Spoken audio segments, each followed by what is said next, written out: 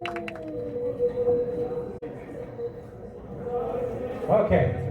Well, thank you so much for being here. Welcome to Make A Buzz Ottawa 2025 LiveWorkPlay's 30th anniversary.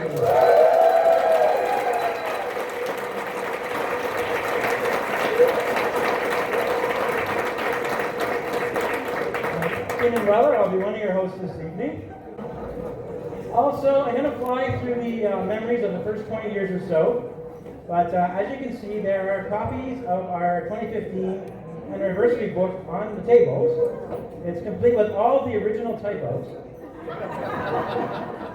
So if you find yourself creating additional details, you will find them in that book. I'm standing between you and the first course, so let's get to it. I'm going to attempt the LiveWorkPlay News style presentation of the entire 30 years, broken into two parts, approximately 95 to 2015 and 2015 to 2025. So we just need the theme song, and we're ready to go. Go for it.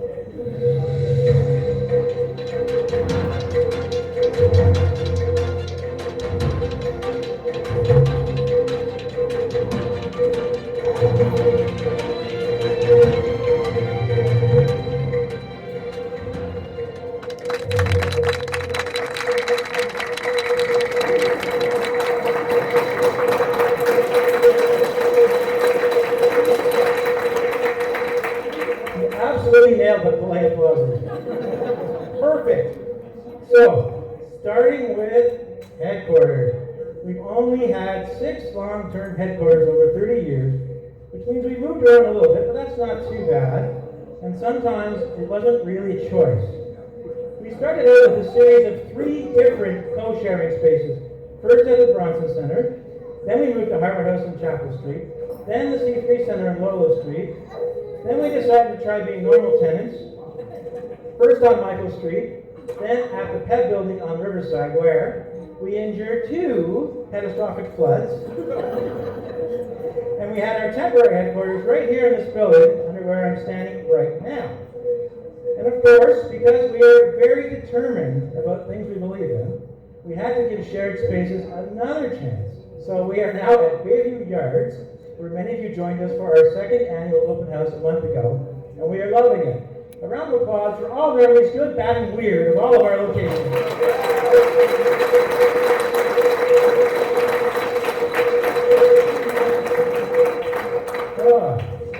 Over the years, we've made up all kinds of stories and explanations about our names and logos.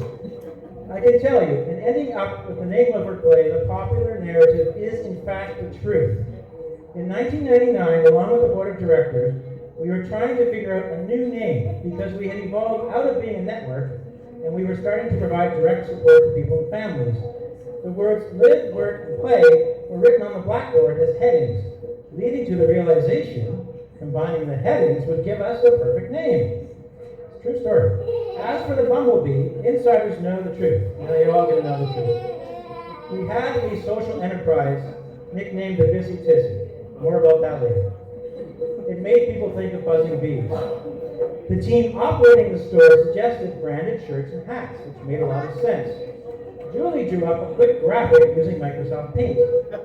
Everyone liked the bumblebee better than our own logo. So, as our name and branding evolved over the years, the bee stayed with us, even if the graphic changed several times. So let's hear it for the bumblebee.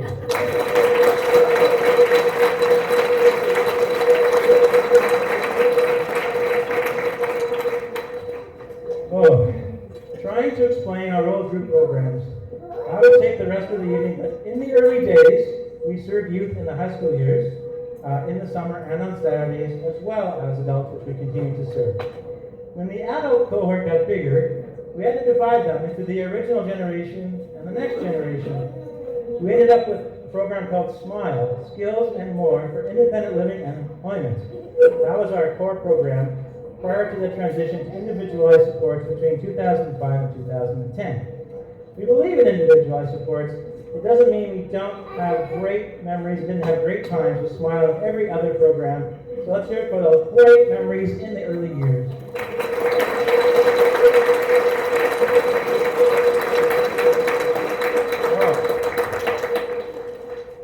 As you know, at LiveWorkPlay WorkPlay, we really believe there are plenty of jobs for people with intellectual disabilities and autistic persons with existing employers in the community. There was a time we were not so sure. So we did everything we could think of to host our own work experience opportunities. The Bronson Community Event Centre, or the BCTC, or the Busy Tizzy, which I already mentioned, was one of those.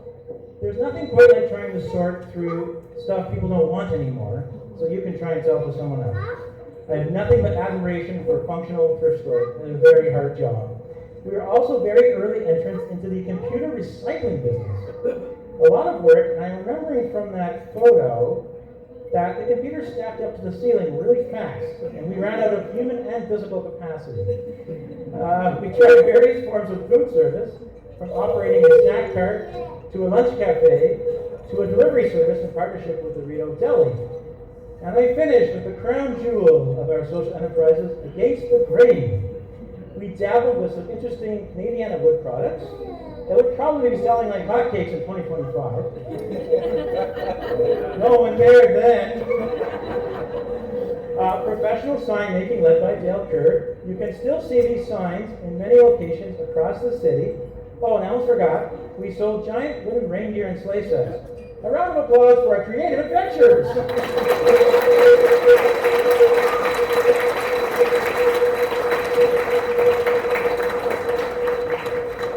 We often found good reasons to move on from different projects or initiatives. It doesn't mean we didn't have great success along the way. The Recipe for Success auction was an example of this. It started out as a small art auction with tremendous effort by David Kingstone. It grew into a broad-based auction with massive prizes and significant sponsorships. Key to this was our partnership with the new RO, later known as the A Channel, a partnership first championed by Cindy Edwards. The station hosted the most successful versions of the event at their headquarters in the Byward Market Media Mall.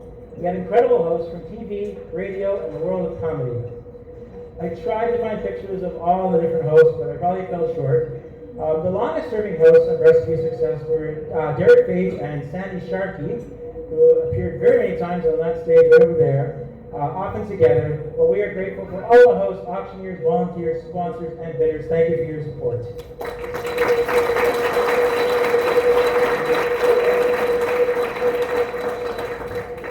Another story of try again. For whatever reasons, we were very, very determined we must have a LiveWorkPlay charity golf tournament. Some of our partners included the new RO, the Building Owners and Managers Association, thanks to Jack Murphy. We also partnered with the Rotary Club of West Ottawa and the BNI Business Network, which has connections to member Patrick Doyle. They gave us some big checks with big amounts. It was great. One of the early efforts that brought our entire community together was participation in the Great Glebe Garage Sale. You'd have thought from this experience we would have never tried having a thrift store, but we went ahead and did that anyway. That's how I felt about it. We also had various culinary fundraisers, from fine dining competitions to chili cook-offs, a big payday from the Law Day Family Run, and sports and fitness fundraisers by individuals and groups. We even had a people auction where celebrities and executives offered themselves up to spend time with bidders. And Colin Trethaway, we'll hear from later, he put himself on the auction block for us.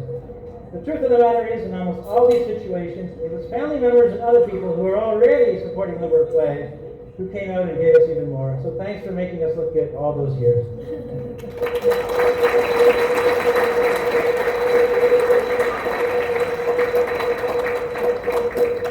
A lot of what I talked about so far are programs, projects, and initiatives that have come and gone.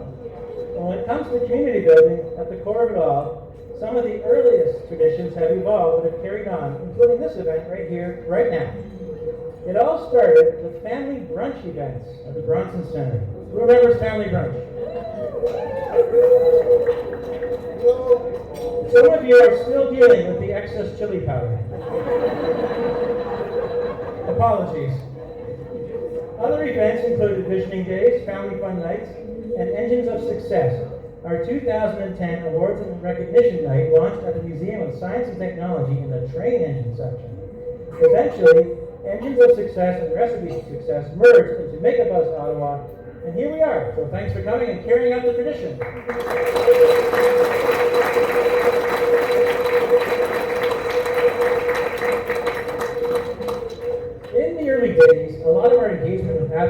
focused on trying to understand and communicate our own beliefs about inclusion and inclusive communities. But after a few years, we did realize you can't keep to yourself and promote inclusion at the same time. It doesn't work. This led us to engage with Community Living Ontario and Inclusion Canada, where we joined in on their efforts to close down the last of Ontario's mass institutions and others across the country. We participated in a massive outdoor art demonstration, hosted a film festival, and were inspired to make our own public service announcement that aired frequently on the new RO. We wanted that 30 seconds to make people curious, and it worked. We got a lot of calls. For some reason, people enjoyed watching Young and the Restless. They kept calling me. The ad was even featured as part of the Sprout Touring Film Festival. There was only one paid actor, Richard Colbars, who's a comedian and also a Mountain College instructor, and you'll probably recognize some of the amateur actors, so let's check out that commercial. Listen, I'm as tolerant as the next guy. What are you looking at? But when it comes to these people, I think we're going a bit overboard. They're everywhere. At work, in restaurants, on the bus. Keep them in a safe place where they can be together, away from us. We're them out for a walk once in a while. Otherwise, it's so great to see one of you out in the community. Maybe one day you'll actually see me as a person.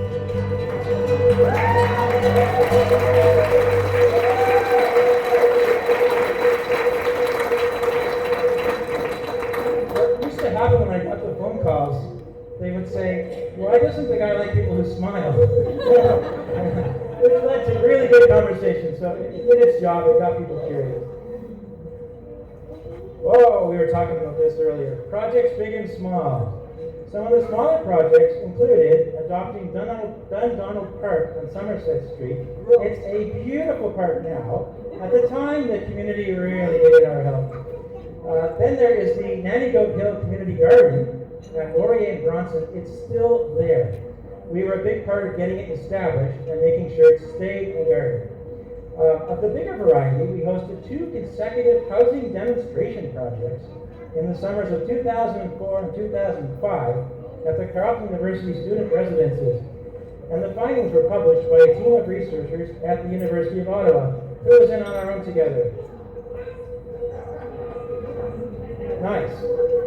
Based on what we learned, LiveWorkPlay decided, maybe with some support from government, we should try to own some condominiums and rent them affordably to our members.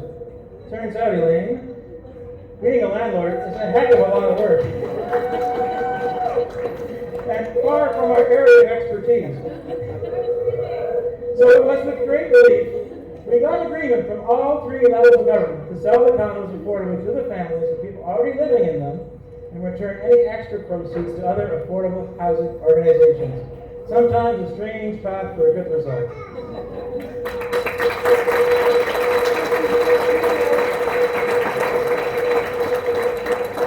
Ah, yes. We started out with a nice little music party at the RA Centre. We think that was probably Dave Khalil's breakout as the best piano man in the city. Then we moved to the penthouse, what is now the Delta on Lion Street. Then we grew and took over both penthouses. Then we got really out of control and had a massive New Year's Eve party with 600 people in the ballroom. That is when we realized we are not rock band promoters. So we cooled our jets, and for a time we had our party in what used to be the small banquet hall right next door here. During the winters at Hartwood House, we held something called the Sunshine Dance to pretend we were in the tropics in the middle of February. And last but definitely not least, the Harris Family Pool Party, where so many legendary moments took place. The broken diving board is not even in the top 20 best stories. We would need the entire evening to tell the stories of the pool party, which included a traditional cannonball contest, a very unorthodox way that we used to say goodbye to the party guests. Let your imagination run wild. Let's hear it for the Harris family.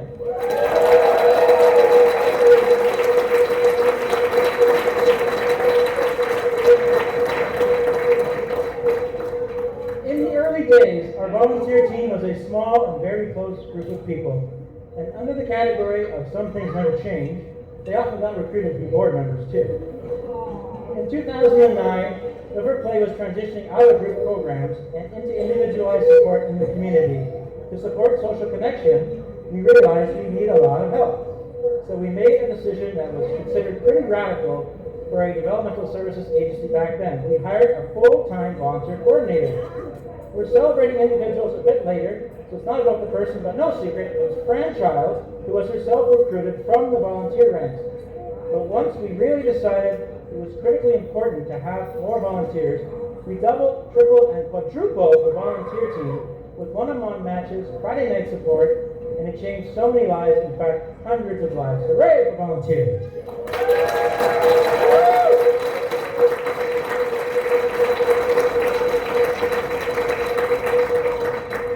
Most of what it takes to build a social benefit organization is about hard work and small steps, but occasionally there are some big moments. The first I want to mention is the Ontario Trillium Foundation. Without a doubt, without them, there's no Special Needs Network, there's no LiveWorkPlay. They took a chance on a couple of young people with a lot of ideas and not too many clues, but it paid off for this community. In the early days, we tried hard to build partnerships, and found that even among other nonprofits, there was a lot of confusion and even fear about the people we serve. That is why we never forgot Meals on Wheels Ottawa.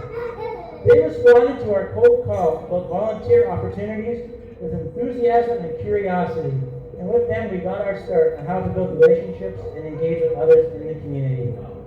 MBNA Canada was another such story.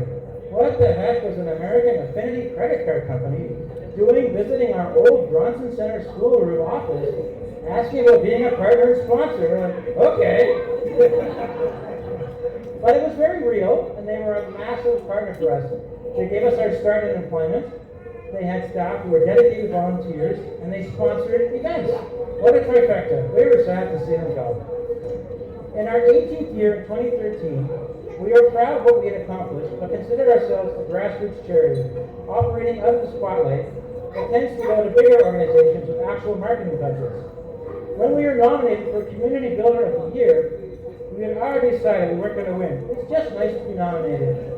Well, little learned. We were honored to receive the United Way Community Builder of the Year award and build new relationships with employers that would come into play many times over the next decade.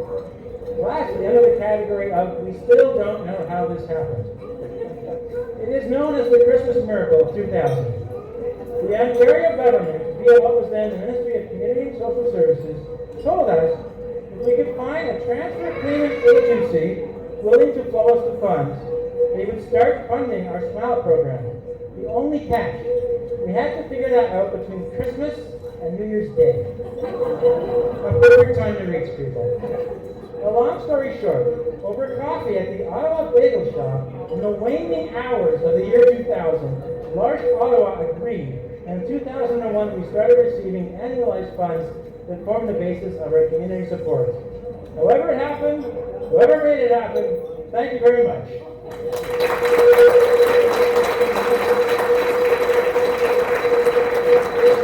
This is it. Last but not least, to round out the top stories for 95 to 2015, we have to talk about travel support.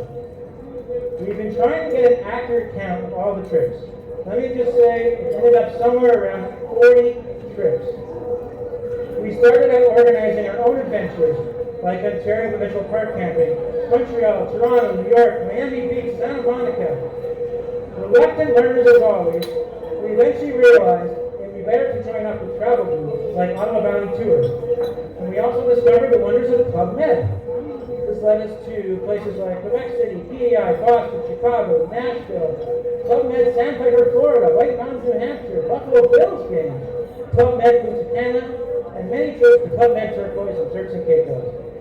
I'll boil down all of those memories to just one: the circus team at Club Med Punta Cana.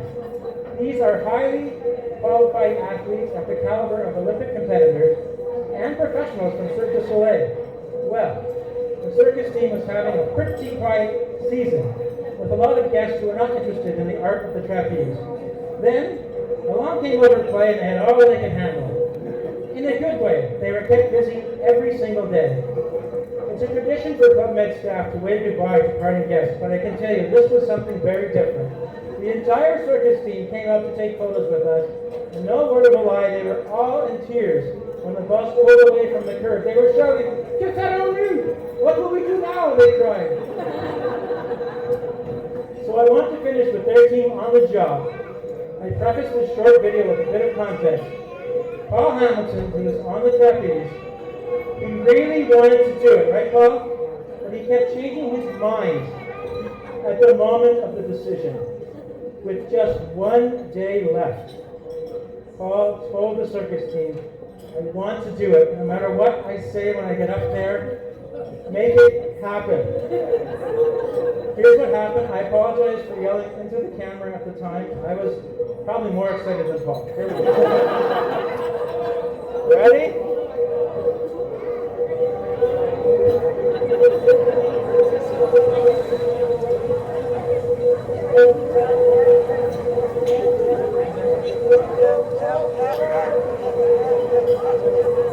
Go, Paul!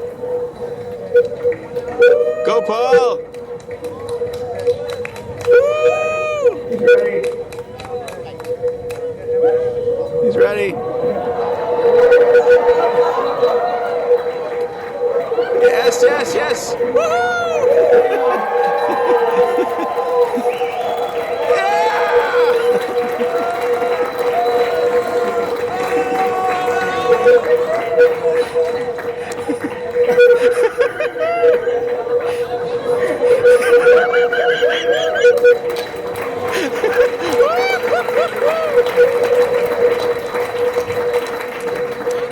And with that, we conclude the 1995 to 2015 LiveWorkPlay News. Thank you.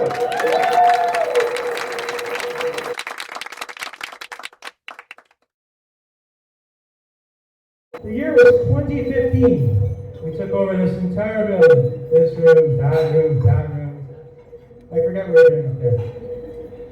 We had a dinner, a silent auction over there, dinner and live auction in here, and 20 years of memories in here. We had an actual bagpiper, Fraser Mahar, a town crier, played by Daniel Harris, a photo booth, a keynote speaker, Al Convolucci from Pittsburgh. If it all sounds like too much, it definitely was.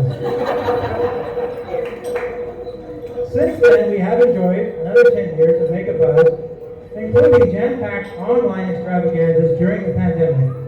We turn the proceedings into the book that you see on your tables. Let's hear it for Make a Buzz.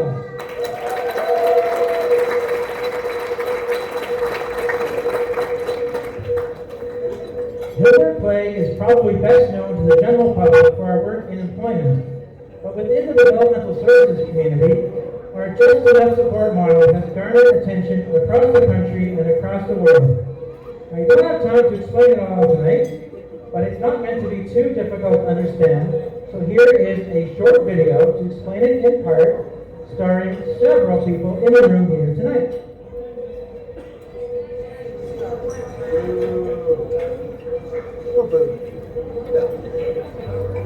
Everyone's looking to connect, and so it's just finding those commonalities and helping everyone be a part of the same welcoming community.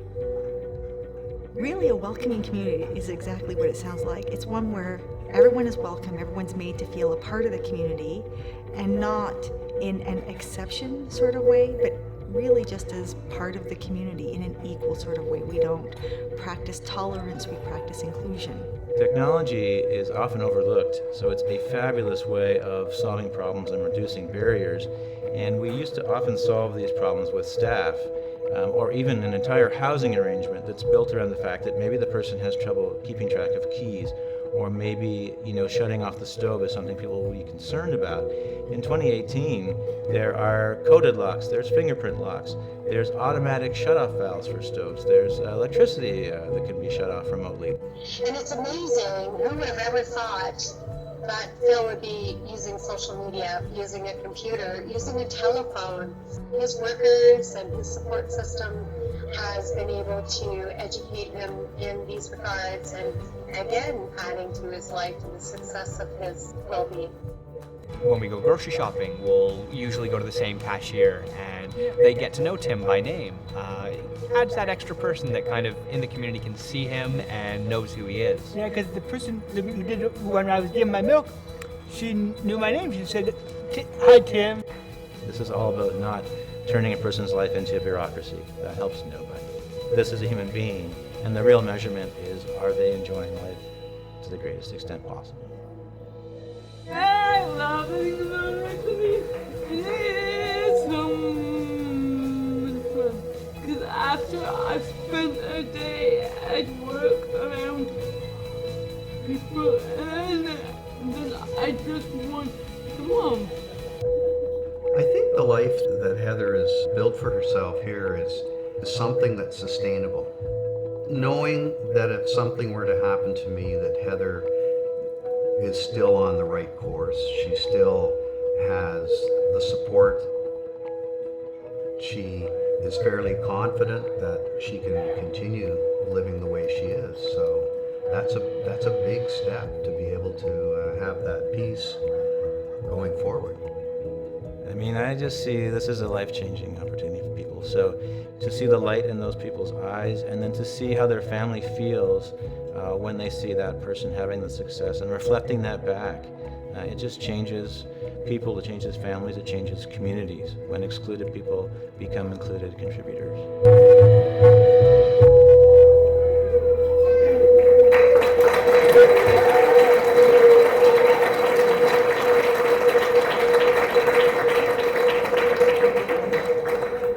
Thanks so much to everybody that participated in all the modules. I told you a while back how we did spend a few years as landlords and realized it wasn't for us. And why that's really true. There are others out there who do an amazing job, so why not partner with them instead? Family Matters Co-op is not a housing provider, but they hired us to work with a group of people, many of whom we eventually supported to be some of the first tenants at the Beaver Barracks project of Centertown citizens. Who lives at Beaver Barracks? Let's go. There's a couple, yeah, you can make noise. We gave awards last month to TCE and Options Housing. You heard from Multi-Faith Housing in the video. Now the Ethiopian Housing on our list in need of a well-deserved mention. And of course, many other landlords, large and small, who've been willing to work with us for inclusive housing. Thank you all.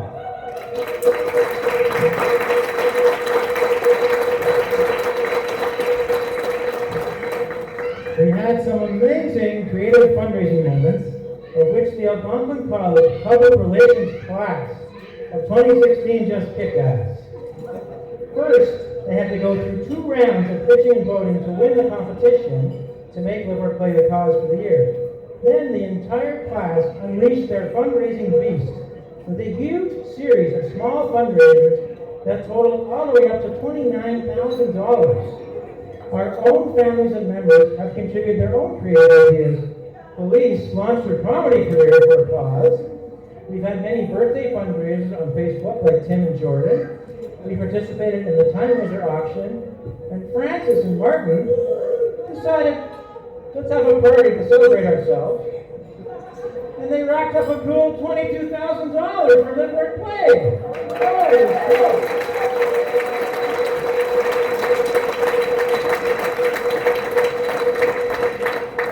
And so many of you here just quietly pile on your monthly and annual donations year after year. Thank you for your support.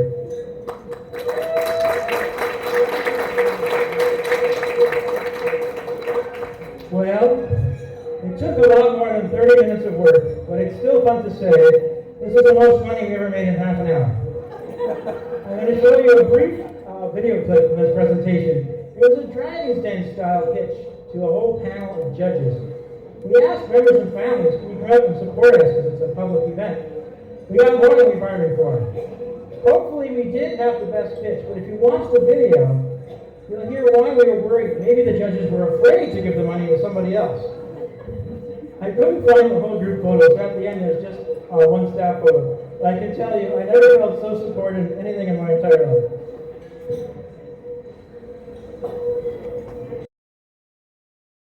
So show of hands, how many for option A? Looking at the wattpads. All hands, okay. So I'm assuming, how many for option B, reaching out to your networks? Well, people in this room and the research agreed that networking is by far the most effective approach, but of course it doesn't work unless you have a network. You'll see that change everywhere you go. You will have helped create the conditions where everyone can have a piece of the pie. Thank you.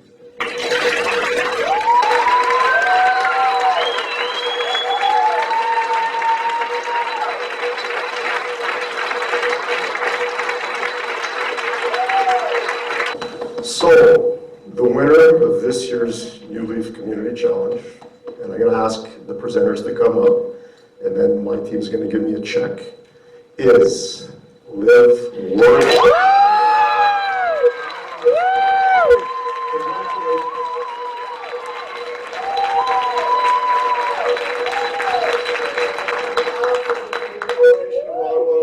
I'd like to present a check to these wonderful people, and again, congratulations to all the finalists for $145,000.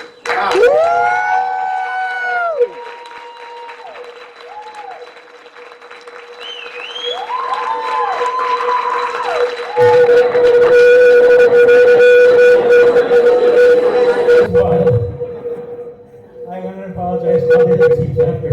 You were really good. I talked about our commitment to developing a strong volunteer team that started some 15 years ago. So I won't spend too much time on this, but in the modern era, under the leadership of Alex Darling, and with support from Rebecca Coxon, Batolo, and others who have filled in during maternity leaves, consider this.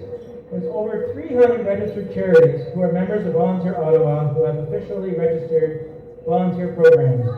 Not to mention hundreds more nonprofits in sports, recreation, arts, and environment. We had our volunteer practices reviewed by external evaluators, and they ranked us number 6 in Ottawa. If you are up in arms that they gave the top spot to other people, we appreciate your loyalty, but bear in mind we're talking about places like Ottawa Humane Society, Ottawa Food Bank. It's frankly astounding to be in company like that. We'll be celebrating volunteers later, but for now, a round of applause for everyone who's made this one of the best volunteer operations in the city.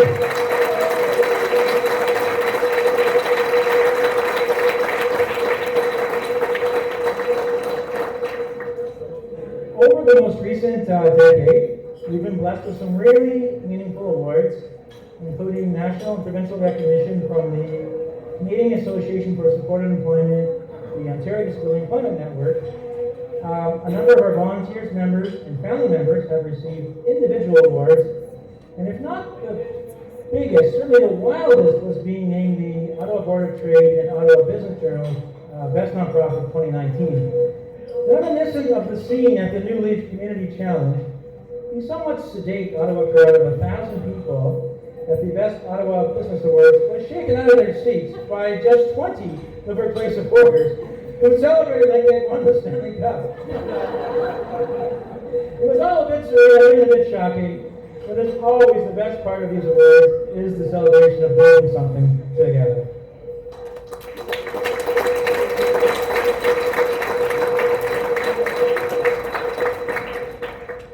I know a lot of us, we don't want to talk about the pandemic for a lot of different reasons, but the way we all rallied around each other was a real testimony to the triumph of the human spirit. This was demonstrated in a very public way by our pivot to an online 25th anniversary party. Months of planning suddenly meant nothing, but together we built an unforgettable 2.5-hour gathering with amazing interviews, live music, and camaraderie, which we were all needed because we were trying to come to terms with isolation in a scary time. So thanks to everyone who turned out for that very special day. We celebrate together as Preston did.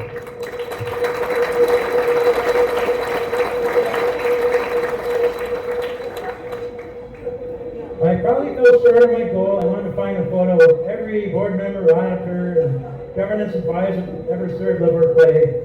I did my best. I just wanted to quickly explain how vital they are and how much they've influenced the growth of this organization, and how there's so much more work to be done as a board member than attending meetings.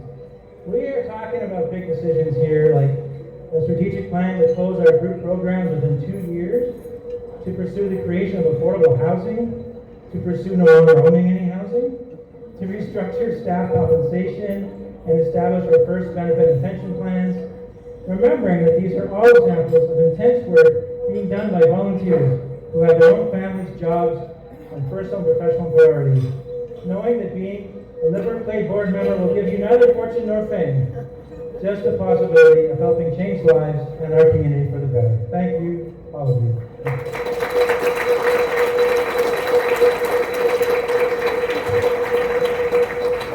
I talked earlier about the social enterprise era from the early years, where we weren't sure employers would be willing to work with us and hire the people we support for real work and real pay. Being wrong can be really awesome. A big shout out to Jen Susie and the Employment Task Force.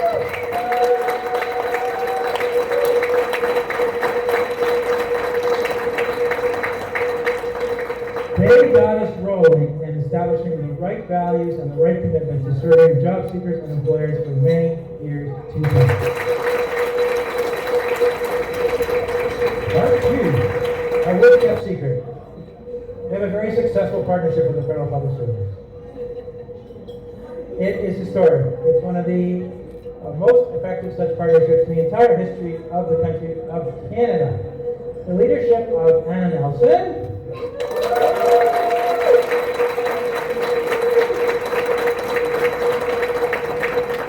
and the incredible work of the employment team has combined with the groundbreaking Federal Employment Strategy Group with volunteer chair Mary Vasilla.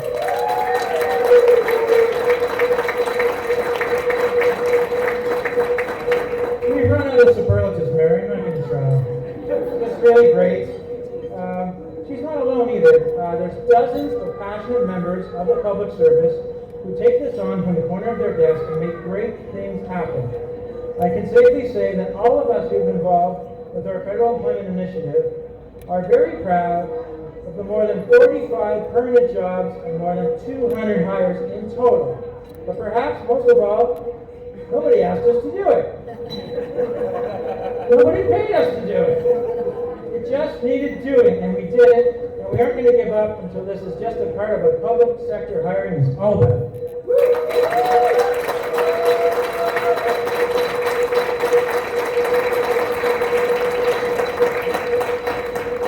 In my early years presentation, I talked about self-advocacy, meaning people we support learning about how to speak for themselves. Over the past decade, it's been more about advocacy. People with intellectual disabilities and autistic persons not only speaking for themselves, but championing perspectives and issues focused on social change and to the benefit of others, and often not directly connected to LiveWorkPlay, just connected to issues of inclusion. These are just examples. Emily Leonard, David Young, Annalisa Kiskus, Daniel Pincinel, Graham Armstrong, Nadine Gowdy, Jennifer Harris, Philip Lane, and Paul Knoll are just some of the leading advocates in our community. They've been extraordinary in communicating on issues of housing, employment, and inclusion. Way to go.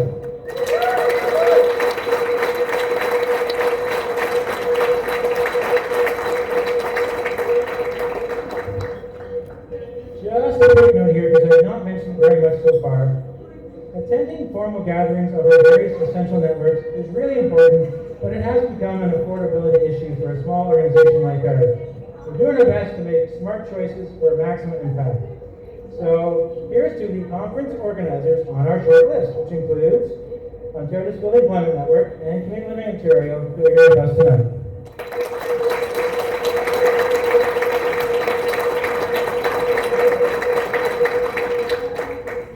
Almost done, big finish.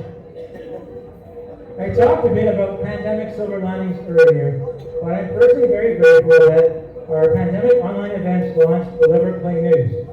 Tonight has not been the usual countdown format, as I couldn't bring myself to try and rank the memories. So forgive me for the lack of drama, we didn't do the breaking news and the drum rolls, but I hope you enjoyed the quick trip down memory lane. There have now been 17 broadcasts of LiveWorkPlay News, 18 if we count this one. I'm so grateful to all my co-hosts, to all of the online and live audiences, and to all of you who encourage me to keep the news going when we return to the live events. Thank you very much.